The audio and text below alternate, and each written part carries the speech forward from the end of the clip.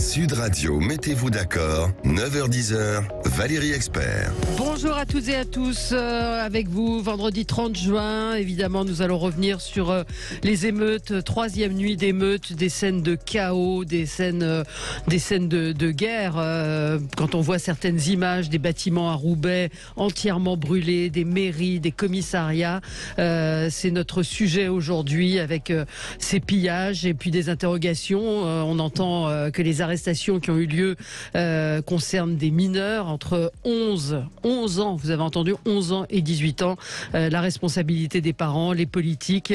On en parle avec vous, avec Alex Darmon. Bonjour. Bonjour. Journaliste politique. Vous animez une chaîne sur YouTube, Les Indécis, chaîne de débat politique. Najwa El Haïté, docteur en droit, présidente de Demain. Vous avez, non, vous êtes plus présidente de Demain. Mais c'est la fin de l'année. Elle se préside aujourd'hui. Voilà. Bon, on va régler ça pour la rentrée. Laïcité et République, c'est votre livre qui est paru aux éditions L'Harmattan. François Calfon, membre du bureau national du PS, bonjour.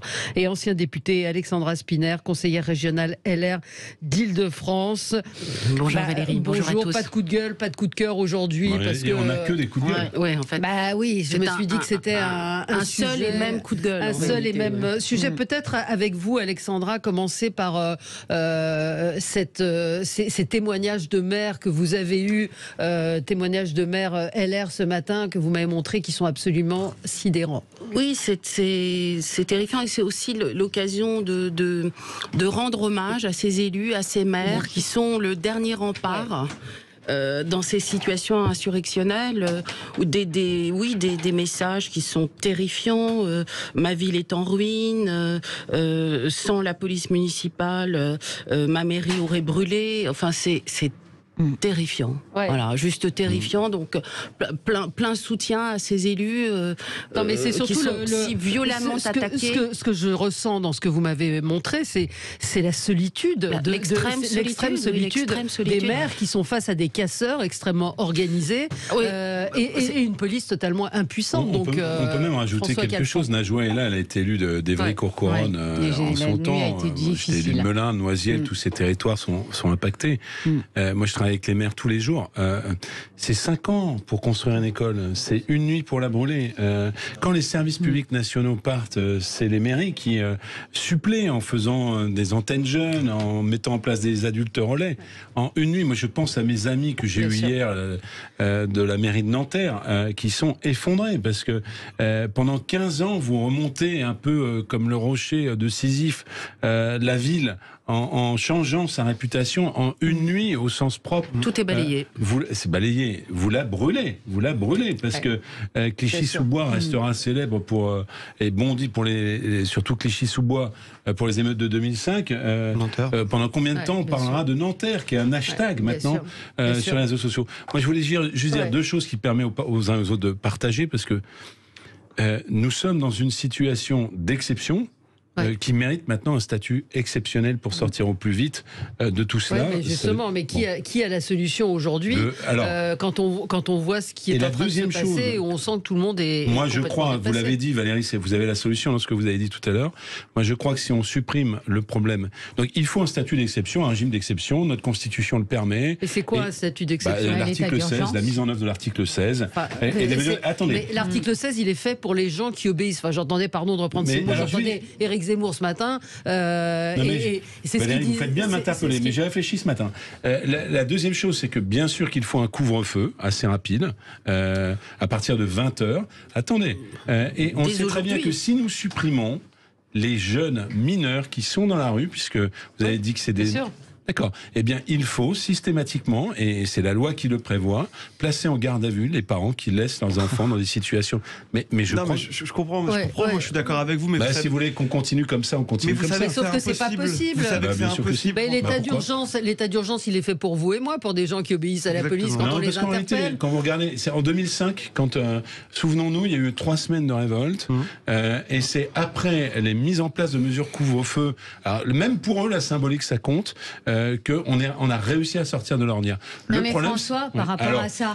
Comme j'ai lancé beaucoup, je laisse les autres parler. Laissez François qu'elle faut finir. François, par rapport à ça, là où je suis moyennement d'accord, c'est que malgré le couvre-feu, à qui on a fait appel? Nicolas Sarkozy, qui était à l'époque président de la République, il fait appel quand même aux religieux. Parce que l'État est complètement dépassé, et donc il fait appel aux religieux pour calmer les quartiers. Et là, moi, ce que je crains, c'est qu'on en vienne à ça, parce que moi, quand j'entends une Assa Traoré qui se permet de dire que ce sont des lois islamophobes, racistes, qui sont votées et qui amènent à la disparition de Naël, excusez-moi, on y va... On va droit dedans, c'est-à-dire que là, on est en train de transformer un terrible drame en revendication politique et organisée. Non mais Najwa, on la dénonce. Mais bien sûr qu'on la dénonce. Mais parce que je crains que Najwa, dans ton expression, finalement, tu ne fasses que être la porte-voix, pas du tout consentante. Donc il faut avoir une parole de force. Les parents sont responsables de leurs enfants. Mais vous voyez des vidéos, d'ailleurs ce matin, sur les réseaux sociaux, où un papa prend son fils par l'oreille, l'attrape le fils. Il faudrait que tous les parents le fassent. Il faudrait qu'on pénalise tous les parents qui mettent leurs enfants en danger. Ça donne une idée de la violence qui règne. On peut pas faire ça. Moi, le mot que je retiens, moi franchement, je vais vous dire très objectivement, ce matin, je suis abasourdi parce que derrière toutes ces histoires, vous avez des hommes et des femmes. D'abord, vous avez une maman qui a perdu son fils au début. Et alors, donc d'ailleurs, le comportement est tout à fait étonnant. Oui, mais le comportement de la mère. Moi, je peux pas. Je me permettrai pas de juger le comportement de la mère parce que je souhaite à aucune maman ou à aucun papa de perdre son enfant. Vous savez pas comment vous réagissez à ce moment-là. Mais vous avez des hommes et des femmes aujourd'hui dans tous les secteurs de la société qui vont être concernés. Ces policiers qui ne réagissent pas. Moi, ce qui me fait très peur, c'est que si demain les policiers réagissent quand leurs commissariats sont attaqués, parce que c'est ce qui s'est passé cette nuit. Des commissariats ont été attaqués et les policiers n'ont pas réagi, on va dire entre guillemets, à leur juste mesure. Si demain ils décident de réagir, c'est un drame qui va se produire devant nos yeux. Et la vérité, elle est là. Et vous parlez de solitude. Tout à l'heure, Valérie, vous ouvrez la conversation en disant la solitude des maires. Oui, les maires sont seuls, mais pourquoi? Parce que les responsables politiques nationaux sont en dessus de tout. En dessous de tout. Si, je vous promets. On parle de récupération, on fait de la récupération politique dès le départ, là où les maires n'ont pas besoin de ça. Regardez les expressions, les réactions des maires de tous bords politiques. Bien sûr. Ce matin, ils sont tous dans le même bateau, en disant qu'il faut que tout le monde se calme. De tous bords politiques, j'insiste là-dessus. Regardez les réactions de tous les responsables, toutes responsables politiques nationales. Non, mais c'est pas tous. Attendez. Franchement... Non, c'est pas tous. C'est la France insoumise, c'est quelques-uns. Mais moi, je mets le gouvernement parce que je trouve que la réaction d'Emmanuel Macron et de Gérald Darmanin au premier jour des émeutes a été assez juste. Ils ont assez bien réagi. Mais après, quand vous regardez autour, quand vous regardez la France insoumise, mais même le Rassemblement national, on parlait d'Éric Zemmour il y a quelques minutes, toutes les réactions sont là pour attiser et mettre vraiment de l'huile sur le feu. Il n'y a que ça en fait. Vous n'entendez que ça. On a l'impression qu'on profite de ce fait politique pour aller. Quand j'entends Louis Boyard, honnêtement. Franchement, c'est pas une émeute, c'est une révolte. Franchement, d'ailleurs, ils appellent à la révolte. Ils appellent. C'est même pas. Ils appellent clairement à la révolte. Mais oui, ce sont des révolutionnaires. Et donc, ce sont des pyromanes. Mais c'est vrai que ce que dit Alex Darmon est juste. Ce matin, on se réveille quand même sonné. On est KO. Par ces images de cette bibliothèque brûlée à Marseille. Parce que le policier est en prison. Le procureur a dit qu'il n'y avait pas, a priori, d'ailleurs, le procureur, on peut s'interroger tout de même sur le fait qu'il aille aussi loin dans son jugement. Jugement d'ailleurs, il n'y a pas eu de jugement. Mais en tout cas, il demande justice. Il y a eu justice. On a dit qu'a priori pas légitime défense, c'est ce que dit le procureur. Le policier est en prison. Pourquoi ces émeutes? Pourquoi des pillages de magasins Nike à Châtelet-Léal? Pourquoi est-ce qu'on brûle on a bien compris. Non mais vous savez, Valérie, je crois qu'il faut dire les choses très simplement. Est-ce que Alexandra peut parler? Et après, je viens. Mais c'est la passion qui nous guide ce matin. Ne vous taisez pas. Alexandra, peut-être juste reprendre la chronologie des faits, de cette tragédie. Il y a eu d'abord cette minute de silence. Pardon de le dire, évidemment que la mort d'un jeune homme, c'est une tragédie. Je crois qu'on est tous d'accord. Et qu'on trouve le comportement de la maman étonnant ou pas, je pense qu'une maman endeuillée a tous les droits. Voilà, déjà. En revanche, une minute de silence. Beaucoup de victimes dans notre pays n'ont pas eu droit à tous ces égards. Oui. Et l'embrasement qu'a provoqué les filles, puisqu'ils n'attendaient que cela, ils avaient déjà organisé leur feu de broussailles un peu partout, la zadisation de la vie politique française. Donc on savait bien qu'on était au bord du précipice. Ouais. Maintenant, moi j'entends, par exemple, on parle beaucoup des jeunes. Des jeunes ne sont pas des jeunes, ce sont des voyous. Ouais. Voilà, tout simplement. Qu'on manifeste calmement, qu'on s'émeuve de la mort de ce jeune homme, très bien. Mais enfin, les scènes insurrectionnelles qu'on voit là, elles sont insoutenables. Ouais. Ça fait des années qu'on est lâche en matière de politique migratoire, qu'on est lâche en matière de politique sécuritaire, qu'on est lâche en matière de politique de la ville. On est en train de le payer. On parle depuis des années de territoire perdu de la République. Bah, on est là. Le séparatisme, il est là. On a deux France qui s'affrontent, qui sont obstinément parallèles. Et je crois que là, il faut peut-être qu'on se réveille et vite. On se retrouve dans un instant. Je vais vous faire réentendre et écouter Gérard Collomb, ce qu'il disait. Oui. On se retrouve dans un instant.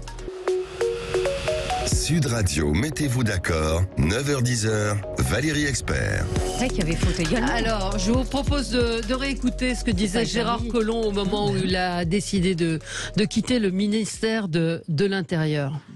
Je suis allé dans tous ces quartiers, des quartiers nord de Marseille, au Mirail à Toulouse, à la périphérie parisienne, Corbeil, Aulnay, Sevran. C'est que la situation est très dégradée. Et le terme de reconquête républicaine prend dans ces quartiers tout son sens. Parce que oui, aujourd'hui, c'est plutôt la loi du plus fort qui s'impose, des narcotrafiquants, des islamistes radicaux, qui a pris la place de la République. Alors il faut à nouveau assurer la sécurité dans ces quartiers, mais je crois qu'il faut fondamentalement les changer. Parce qu'aujourd'hui, on vit côte à côte. Et je le dis toujours, moi je crains que demain, on vive face à face. Parce qu'il il avait tout dit, il était ministre de l'Intérieur, et ce qui arrive ne surprend peut-être pas. Peut-être qu'il y a une chose qui surprend, c'est ce que je voulais dire tout à l'heure, et pardon de mon enthousiasme ce matin, pas très respectueux de mes amis.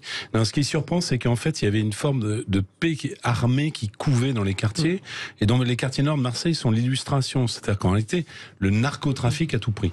Ouais. Et que c'est pas la police ou la République qui fait qu'il n'y a pas d'exaction qui s'adresse à l'extérieur, c'est le narcotrafic. C'est-à-dire c'est le fait que ces quartiers soient mis en coupe réglée de caïds et de mafias qui ont intérêt à ce que le commerce, le business se passe. Et là, ce qui s'est passé avec cette affaire, c'est que il y a pause dans le business, si j'ose dire, et que la violence qui contrôle les quartiers s'est mise à se retourner contre la société entière. Et c'est vrai que les propos de Gérard Collomb, que nous devinions confusément, et pas que confusément d'ailleurs... Il a été critiqué pour ses propos. Mais parce qu'enfin, on voit bien que c'est un ministre démissionnaire qui dit ce qu'il pense, cache, comme on dit. C'est une parole cache. Et donc, ça veut dire une chose, je termine juste sur ce point-là, c'est qu'on dit toujours, est-ce qu'il faut légaliser le trafic de drogue ou est-ce qu'il ne faut pas le légaliser, est-ce qu'il faut lutter contre le narcotrafic Lutter contre le narcotrafic, c'est un sujet d'ordre public, parce qu'en réalité... Quand vous laissez enfler les narcotrafiquants comme ça se passe, par exemple en Amérique latine, eh ben vous avez un problème de sécurité publique majeur. Donc c'est pas par rapport à la consommation ou non de la drogue qu'il faut lutter contre le narcotrafic, c'est par rapport au cancer, à la gangrène qui est dans votre société et qui peut à tout moment se retourner contre vous. C'est exactement ce qui se passe aujourd'hui. Oui, mais par rapport à ça, François, ce qui est terrible, c'est qu'on peut même en déduire que le calme peut arriver par les narcotrafiquants parce que leur business, est remis en cause. Et donc, vous avez un État impuissant. Et à côté de ça, ceux qui peuvent ramener... Non mais c'est terrible pour la République. Ceux qui peuvent ramener le calme dans les quartiers, c'est les religieux. C'est en gros, maintenant vous allez arrêter, à l'époque en 2005, souvenez-vous, il y avait des fatwas qui ont été lancés par des imams en disant maintenant vous allez arrêter, sinon on va lancer des fatwas. Donc ça ramener à peu près le calme. Et ensuite, vous avez les narcotrafiquants qui, eux aussi, peuvent ramener le calme. Et l'État, il est où là-dedans? Non, mais attendez, donc l'État est complet. Non, mais l'État dans ces quartiers semble vraiment impuissant. L'État est impuissant peut-être d'un point de vue étatique, mais il est aussi impuissant physiquement. Quand on voit, moi j'ai une vidéo de ce qui s'est passé à Fresnes, à la prison de Fresnes, où des jeunes sont entrés dans le premier poste en balançant. Pardon, attendez, c'est pas des jeunes, c'est des voyous, je suis d'accord. Des gens qui attaquent une prison, c'est pas des jeunes, c'est des voyous. Quand je dis jeunes, quand on regarde les images, alors de jeunes voyous. Mais justement, pardon Valérie de vous couper, mais le mot jeune est un peu... Je ne peux plus l'entendre, moi. C'est aussi ça qu'il faut dire, c'est que ce sont majoritairement, vous avez 700 interpellations ce matin, majoritairement des jeunes entre 14 et 17 ans, vous avez même des images où ils ont 12-13 ans. Où sont les parents? Où sont les parents et quelle responsabilité? Je suis d'accord avec vous, mais ce que vous dites est intéressant sur les narcotrafiquants et même sur les grands frères. Je pense qu'à un moment donné, les grands frères de ces cités, il va falloir qu'ils sortent aussi et qu'ils aillent chercher... Ils le feront comme en 2005. Et puis, il y a aussi une différence avec 2005, quand même, c'est que vous parlez de religieux et tout. Dès hier soir dans les Najwa, mais dès hier soir dans les cités et dans les banlieues françaises, vous avez la BRI. Vous avez le RAID qui est présent. Non, mais c'était pas le cas. C'était pas le cas en 2005. Et donc, moi, je veux bien qu'on dise que l'État ne peut rien faire, mais l'État peut difficilement faire plus, à moins d'envoyer l'armée. C'est une solution aussi. C'est une option envisagée. Et tout le monde en parle. Mais l'État peut là, aujourd'hui, difficilement faire plus. Et surtout, l'État, vous savez, il est dans un rôle d'équilibriste aujourd'hui. Si ça va trop loin et qu'on va au drame, qu'est-ce qui se passe? Donc il faut faire attention en disant l'État ne peut rien faire, l'État fait ce qu'il peut, l'État essaie de gérer, et de toute façon, il y a un moment donné, le calme va devoir revenir. À quel prix c'est le problème. Et quand et c'est pour ça qu'il faut dire attention en disant l'État ne peut rien faire, l'État fait comme il peut. Non, mais attendez, moi je suis d'accord avec vous, mais simplement je pense que nos auditeurs et nous-mêmes, nous avons droit à une pensée claire. La pensée claire, c'est qu'il faut trancher, arbitrer. Est-ce que le niveau de réponse de l'État est suffisant? Manifestement, il ne l'est pas. Est-ce que l'État a les moyens d'agir? Il a deux moyens d'agir, un moyen symbolique qui a quand même marché en 2005, c'était le fait de dire qu'on est dans un régime d'exception, ça marchait, ça ne suffira pas, et il a un moyen coercitif. Et l'article 16 permet des choses que le droit normal ne permet pas, des arrestations préventives par exemple, et moi je pense que le problème identifié autour de cette table, et j'espère identifié au sommet de l'État, on peut modestement y contribuer parce qu'on est un média, c'est le problème de la présence sur l'espace public de très jeunes mineurs, complètement, dont on peut penser qu'il y a des parents. Alors on a vu une image d'un père aller chercher son fils.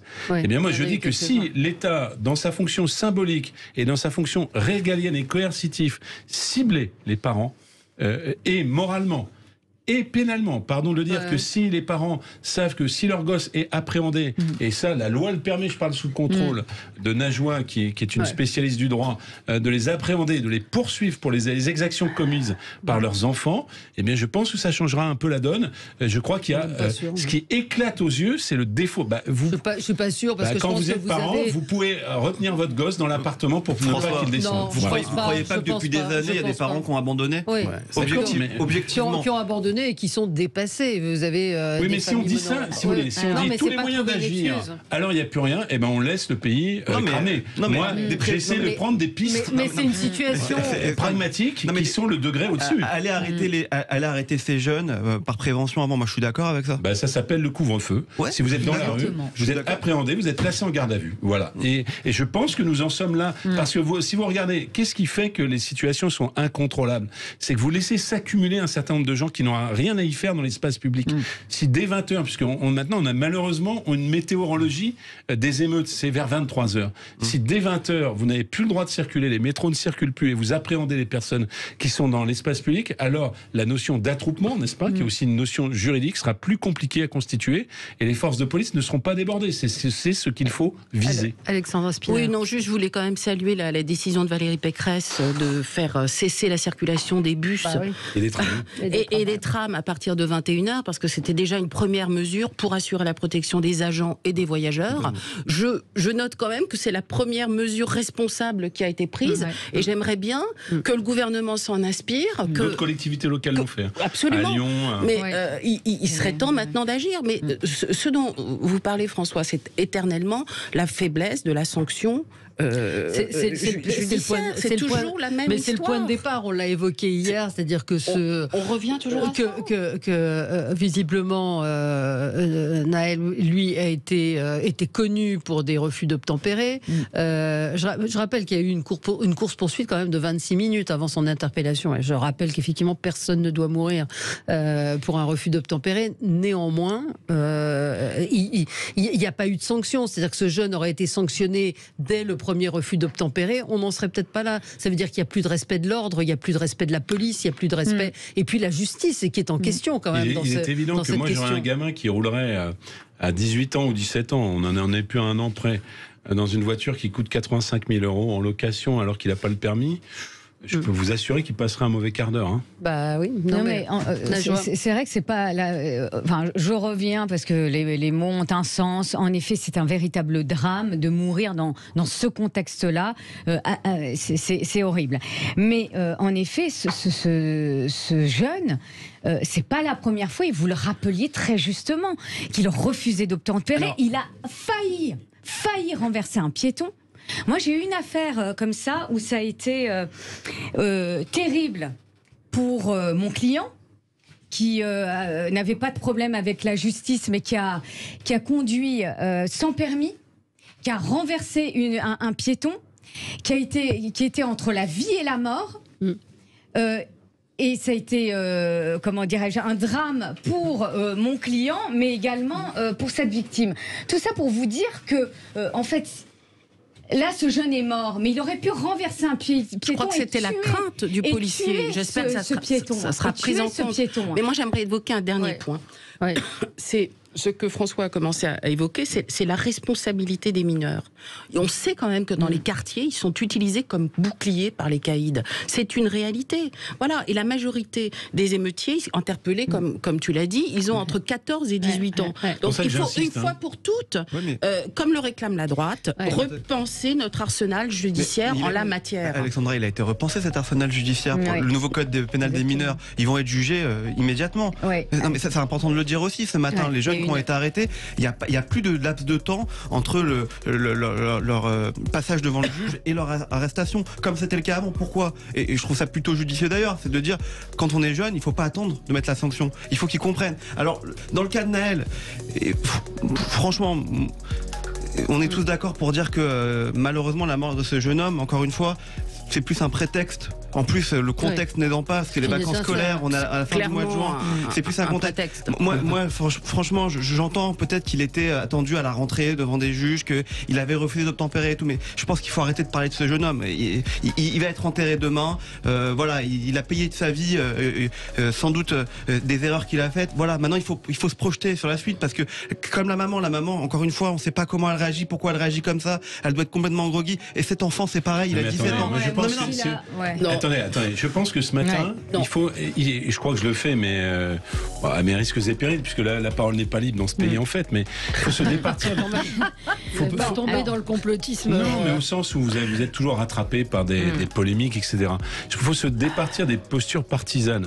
On peut parler de la maman en analysant les choses, sans la condamner. Je sais que beaucoup la condamnent, en analysant quand même le fait. Enfin, moi, pardon, mais je partage sa peine. Mais la contextualisation du comportement de Nahel m'est éclairée au regard du comportement de sa mère. C'est-à-dire on voit bien, et moi je l'ai vu comme élu, à quel point dans les quartiers, la question des familles monoparentales, alors ça c'est un terme technocratique, c'est quoi une famille monoparentale ? C'est une mère qui a eu des enfants et les hommes sont partis, elle se démerde avec. C'est ça la réalité. Donc on a un problème de femmes célibataires avec des ados dont elles n'ont pas, elles-mêmes n'ont pas forcément... toute l'autorité nécessaire ou même les moyens de conduire cette éducation, et on voit bien que ça déborde de tous les côtés. Voilà. Allez, on va continuer, 9h29 sur Sud Radio, à tout de suite.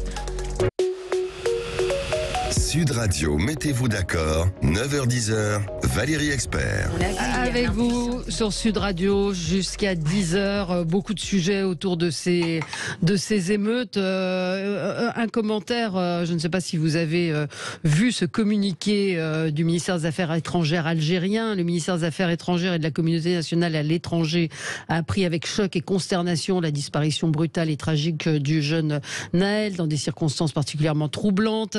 Donc, elle assure la famille de son pays, de son soutien. Je pense que c'est une famille effectivement franco-algérienne. Et c'est vrai que le gouvernement algérien, c'est toujours cité, continue à suivre avec une très grande attention les développements de cette affaire tragique avec le souci constant. En gros, l'Algérie donne des leçons à la démocratie. C'est tout de même... C'est indécent, c'est indécent. Voilà, franchement, là où c'est terrible, quand vous lisez la dernière phrase... Ouais. On voit une ingérence bien sûr de l'Algérie, mais elle date pas d'aujourd'hui, donc elle date depuis plusieurs années. Et puis on l'a vu d'ailleurs aux dernières élections présidentielles où le recteur de la mosquée de Paris appelait à voter pour tel ou tel à la présidentielle. Ouais. Mais cette phrase, la dernière phrase du communiqué de presse, je vais vous la lire parce que elle est terrible.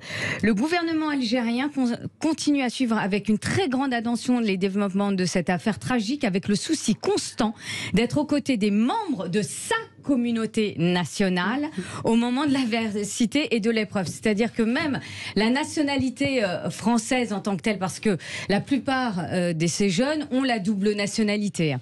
Et donc vous voyez la mainmise ça rejoint ce que vous disiez de l'Algérie sur ce qu'ils considèrent comme sa communauté. Alors, j'ai un auditeur qui dit indécente cette émission, l'extrême droite raciste qui s'exprime et ça pue. Je voudrais que vous nous expliquiez où on est raciste et où ça pue. Je me contente de vous lire un communiqué issu du ministère des Affaires étrangères algérien. C'est pas, c'est factuel, c'est absolument factuel, et je ne vois pas ce qu'on a dit depuis le début de cette émission qui puisse vous permettre de dire une chose comme celle-là.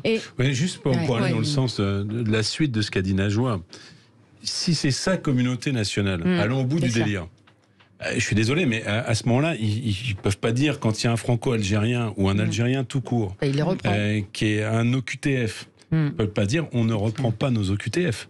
Donc si vous voulez, ils sont bien contents de soutenir la communauté algérienne, mais ceux qu'ils considèrent comme leur communauté. Et nous-mêmes, nous sommes beaucoup plus généreux. On considère, quand c'est des franco-algériens qui sont français et algériens, ou on considère qu'ils ont une carte de résident, ou on considère que c'est des Algériens sans papier. Mais quand il y a une mesure d'expulsion, ils ne souhaitent pas les reprendre. Donc à un moment donné, on est cohérent jusqu'au bout. La vérité, c'est que le gouvernement algérien, qui n'est pas, souvenons-nous, le Irak, parce que on va faire l'ingérence un peu à notre tour, gentiment. Est-ce qu'on peut dire que la question des droits de l'homme en Algérie est exemplaire? Est-ce qu'on peut dire ça? Est-ce qu'on peut dire que la façon dont on a traité la question démocratique à ce moment-là, en enfermant des blogueurs, en enfermant des journalistes, la France n'a pas beaucoup parlé, parce que nous, on a une certaine retenue. Est-ce qu'on peut dire que c'est exemplaire? Mais après tout, ils pensent qu'on a des liens tels qu'ils peuvent faire de l'ingérence. Eh bien, faisons un peu d'ingérence aussi, et considérons que ce gouvernement n'est pas exemplaire sur le plan des leçons qu'il peut donner à un pays ami. Mais c'est ce qui montre aussi que ce qui est en train de se passer est beaucoup plus grave, et que la mort de Naël est effectivement, hélas, un prétexte, une étincelle. L'étincelle c'est l'étincelle qui a fait exploser effectivement une situation qui est insoutenable pour certains. Vous avez raison, Valérie, mais après, avec l'Algérie, ça fait aussi quelques semaines, quelques mois. Absolument. Quelques années, depuis 1962. Oui, mais là, ça c'est encore... pour le coup, je sais qu'on en parle en plus.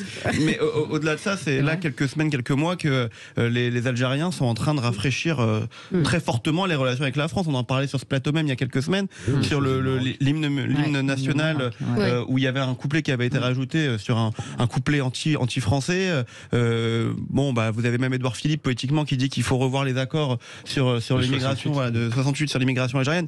C'est vrai que ça n'aide pas, et on a l'impression, et c'est un peu détestable, que les Algériens, en tout cas que le pouvoir algérien, se fait vivre de n'importe quoi pour pouvoir cracher sur la France. Oui, Alexandra Spinard. Non, mais juste pour dire que finalement, toutes ces émeutes, elles incarnent toutes les crises de notre société. On le voit bien. Il y a l'autorité de l'État, il y a la crise quand même de la personnalité politique qui zadise la France, on l'a dit tout à l'heure. Il y a la crise de la parole publique aussi. qui est très importante, la parole responsable.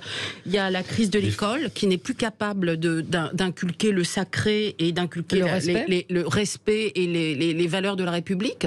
C'est ça aussi qui est important. Et on pourrait rajouter, puisque c'est une sorte d'anaphore des crises, et on pourrait ajouter qu'il y a la crise de la fracture territoriale, des ghettos. Et puis on pourrait rajouter aussi qu'il y a les fractures sociales. Et je rajouterais, parce qu'on fait aussi un peu de politique à nos heures perdues, même si je ne veux pas politiser des sujets qui ne le sont pas. Moi, autant je n'ai aucune sympathie pour un fonctionnaire de police qui, en cow-boy, s'octroie dans des conditions. Alors, c'était pas un cow-boy, pardon. Non, mais laissez-le terminer. Oui, non, vous parlez de celui-là ou pas? Si je peux même terminer ma phrase, vous allez voir qu'en fait, je sais que c'est dur à l'époque de Twitter, mais on va voir. Non, mais vous parlez, allez-y. Eh bien, ce fonctionnaire de police qui s'est extrait du droit, autant, moi, ce que je dis de la période, c'est qu'on a soumis dans ce régime les policiers à une tension depuis 2 quinquennats, enfin un quinquennat et 1 an. On a fait régler à la police des problèmes politiques. Je pense à la crise des gilets jaunes, je pense à la crise des retraites, qui les ont mis à cran. Je relisais le communiqué de Bernard Cazeneuve, puisque M. Mélenchon n'est jamais à l'abri d'une polémique. Il disait tout ça, c'est la faute à Cazeneuve avec l'article de la loi de 2017. Tout est faux, puisqu'en réalité, l'article de la loi de 2017 ne fait que reprendre le code d'engagement de la gendarmerie nationale, et il est à droit constant sur la jurisprudence, sur la question de légitime défense. Et en l'occurrence, la légitime défense n'était pas engagée. Mais donc, moi, ça me fait marrer. Je vois ça me fait marrer pas du tout. C'est ironique quand je dis ça. Je vois les commentaires. Stéphane, que j'aime beaucoup, qui est un auditeur très fidèle, il dit ils auraient pu prendre l'immatriculation. Il y a ceux qui disent il aurait dû tirer dans les pneus. Mais bon sang, vous n'êtes pas sur place. Personne ne sait ce qui s'est passé exactement. Oui, on aurait peut-être pu prendre l'immatriculation, mais si ce que dit son avocat est vrai, à savoir qu'il y a eu une course poursuite, qu'il était lancé à pleine vitesse, qu'il a failli faucher un cycliste et un piéton, il faut arrêter immédiatement cet automobiliste. Après, les conditions du tir, etc., tout sera éclairci. Mais aujourd'hui, ils disent que c'est avec le mouvement aussi avec que le tir, ce que les Yaka Faucon, il fallait qu'ils ils sont pas policiers. C'est ce que vous alliez dire, Alexandra, sur ce policier qui avait des états de service exemplaires, qui avait été récompensé de médaille de la bravoure, etc., militaire en Irak. Non, mais je voulais juste avoir un point, puisque j'ai dit que la loi avait évolué sur la légitime défense dans le cadre des refus d'obtempérer. Mais la loi, c'est bien joli. Ça, c'est ce que vous disiez. J'étais d'accord sur cet aspect.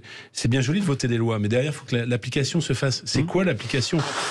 Avec la mobilisation sur les retraites, on a squeezé toutes les heures de formation des policiers. Donc, vous pouvez pas. Le métier du régalien dans l'État, c'est un métier un peu compliqué. C'est-à-dire qu'il engage la vie et la mort. Donc, il faut pouvoir former vos agents. Ne pas les mettre à bout. Alors c'est ce que j'ai dit, le pouvoir politique les a mis à bout pour régler des problèmes politiques et non pas des problèmes policiers. Et 2, il faut pouvoir les former, les protéger, les encadrer. Or, là, avec les 40 000 fonctionnaires sur le terrain, on n'a pas le choix. Mais on a mis à cran la fonction policière.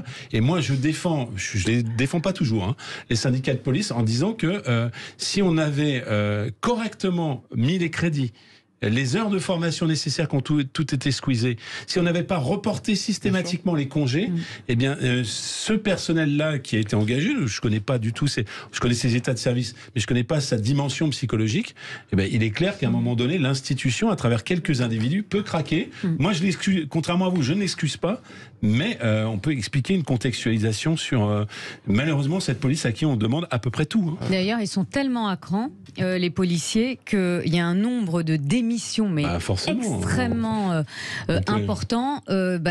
C'est la Cour des comptes qui en parlait récemment.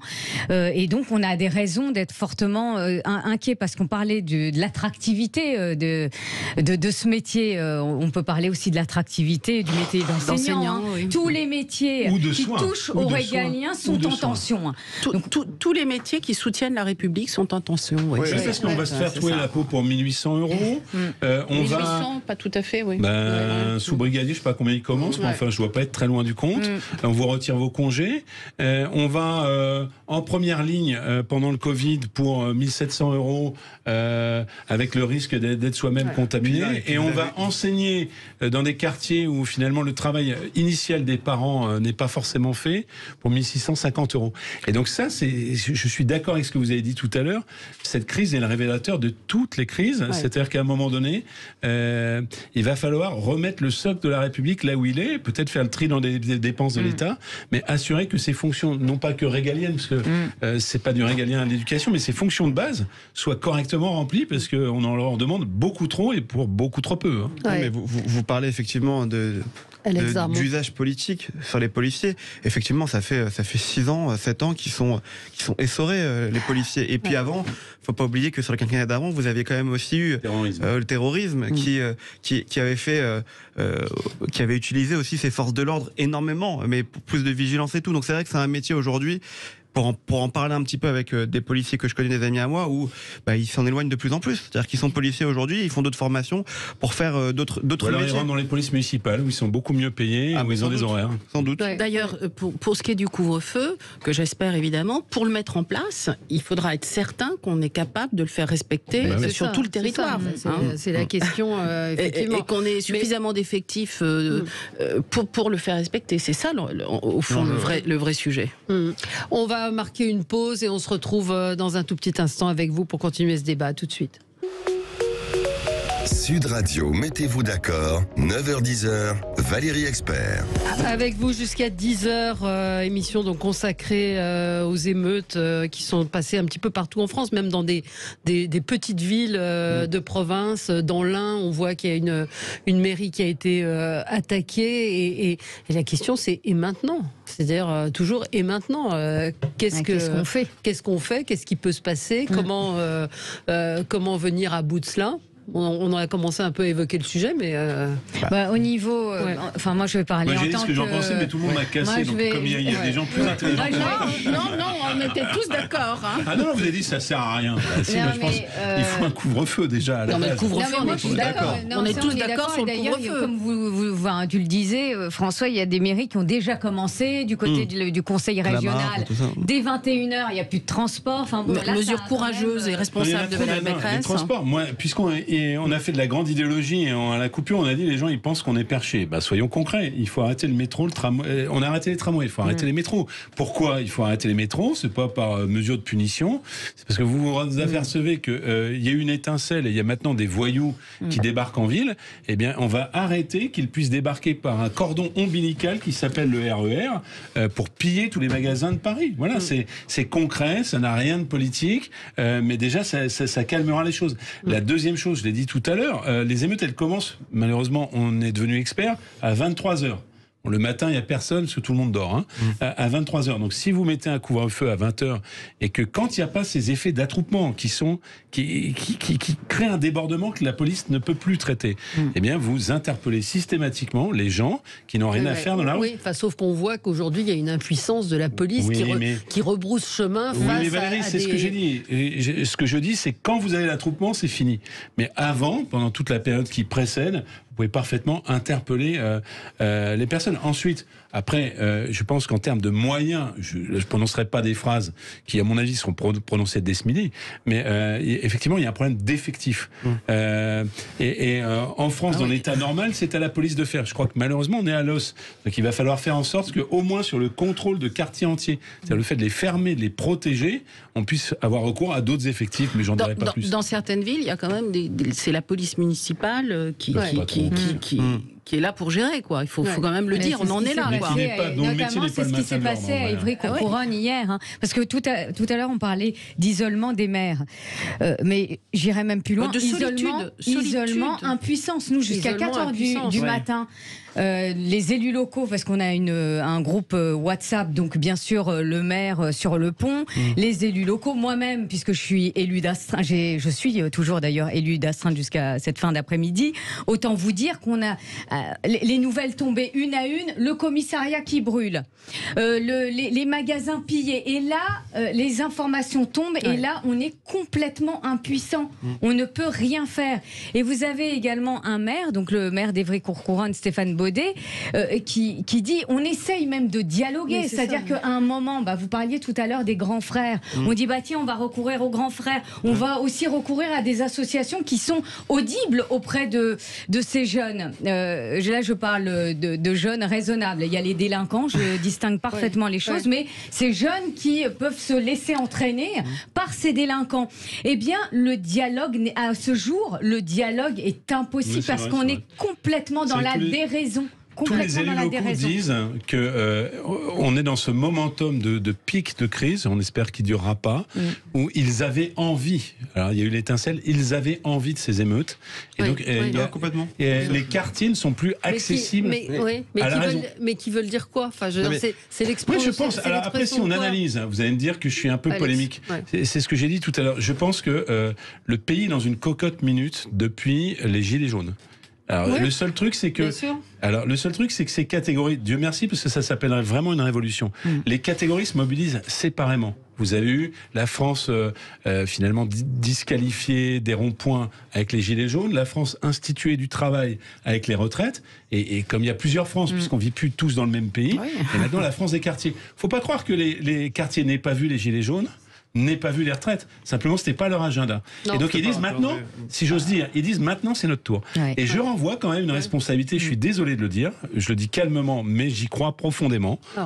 Je renvoie à la responsabilité d'un pouvoir et d'un président de la République irresponsable, qui a considéré qu'il tiendrait le pouvoir en s'appuyant sur les forces de police contre la population. Et ça, dans un pays aussi... Au plan banlieue de Borloo... voilà. Et ça, à un moment donné, on le paye. Alex Zarmon. C'est intéressant. Votre question, c'est et maintenant ? Et maintenant, c'est ce soir, il y a la nuit qui va arriver, comme tous les jours, à 23h. Vous avez un conseil de sécurité de défense à 13h aujourd'hui, avec Emmanuel Macron et les ministres concernés. Donc il y aura Gérald Darmanin, bien entendu, Elisabeth Borne aussi, la Première ministre, et a priori Éric Dupond-Moretti, le ministre de la Justice. Et maintenant, il va falloir quand même que le président de la République y parle. Parce que non mais c'est quand même je sais pas pour ne rien dire, on est bien d'accord. Je vais vous dire, je sais pas pourquoi dire, j'en sais rien. Mais parler du concert d'Elton John, comme nous disent de nombreux auditeurs. Ça a choqué tout le monde d'ailleurs. Pendant la première nuit d'émeute. Moi je le dis au passage quand même, parce que vous pouvez laisser terminer. Non mais j'ai terminé. Vous avez raison de me recadrer. Non mais juste pour vous dire. Attention, c'est pas la révolution. Et maintenant, c'est ce soir, il y aura effectivement, je pense qu'il va y avoir, si on nous annonce dès ce matin le fait que les transports soient coupés dès 21h, alors qu'on l'a annoncé à 17h hier soir, effectivement, on tend ce soir vers un couvre-feu. À mon avis, même pour en avoir parlé avec certains cabinets, peut-être tout le week-end, sur un couvre-feu, parce que on arrive à une période qu'ils ont analysée et qu'il ne faut pas avoir fait Saint-Cyr pour le voir, qui est une période de vacances scolaires. Et quand vous regardez jeunesse désœuvrée, mais l'âge de ceux qui sont interpellés, ils ont du temps, et donc ils veulent pouvoir. Ils ont du temps, il fait beau. Voilà. Empêcher ces jeunes de sortir. Najwa, non mais je suis tout à fait d'accord, et moi je pense qu'il n'y a pas d'autre choix que de recourir au couvre-feu ou à l'état d'urgence, mais en tous les cas il faut que l'État soit ferme, parce que ces images sont terribles, parce qu'on n'a pas parlé de l'international. À l'international, les gens se demandent ce qui se passe, mais c'est pas la première fois.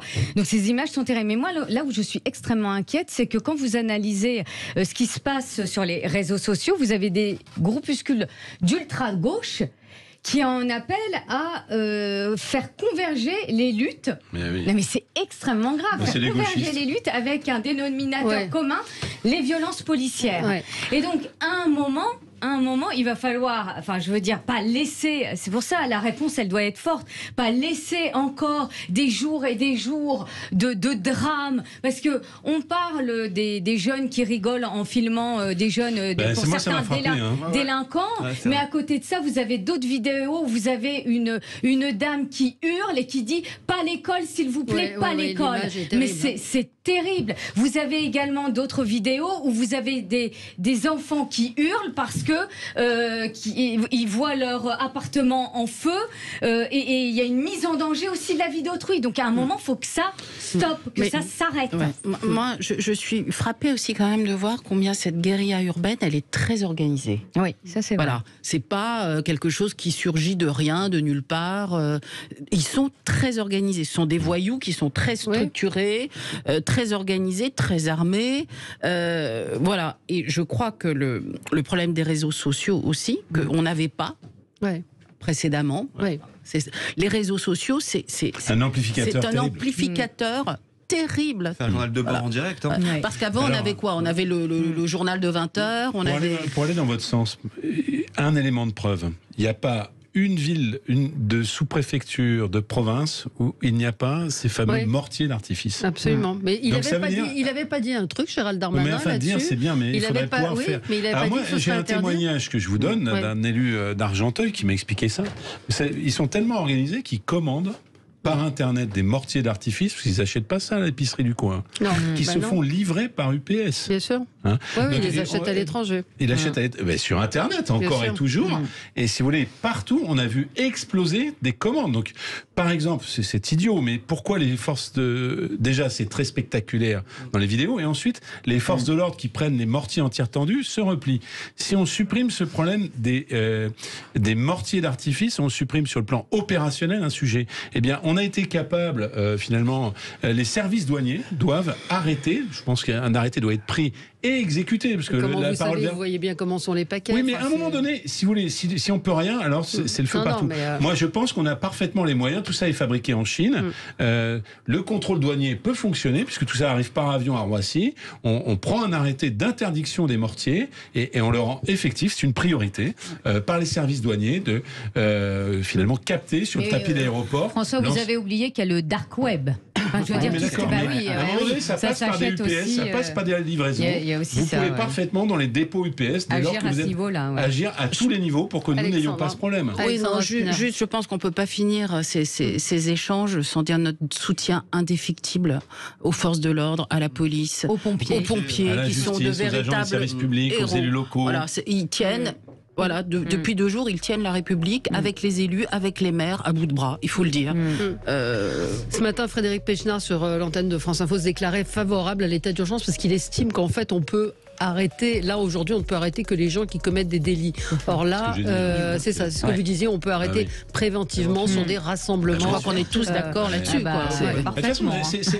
Moi, j'en fais pas une position idéologique parce que je suis plutôt attaché au droit de l'homme. Je crois qu'on doit les dépasser. Non, mais parce qu'à un moment donné, on est en train d'imploser les bases de notre pays. Parce qu'on a la petite musique complotiste qui intervient sur tous les sujets, qui nous explique qu'on aura anti-liberté, qu'on reviendra plus jamais avant, qu'on va nous priver. Cette petite musique, elle nous amène à là où on est actuellement. Exactement, on s'entend ce genre de discours en parlant de dictature en France, de fin de démocratie, qu'aujourd'hui on évite à le faire. Merci à tous les 4. On se retrouve nous dans un instant. On va parler du Tour de France, un peu de plaisir et de légèreté, absolument. Merci. La France qu'on aime. On se retrouve dans un instant.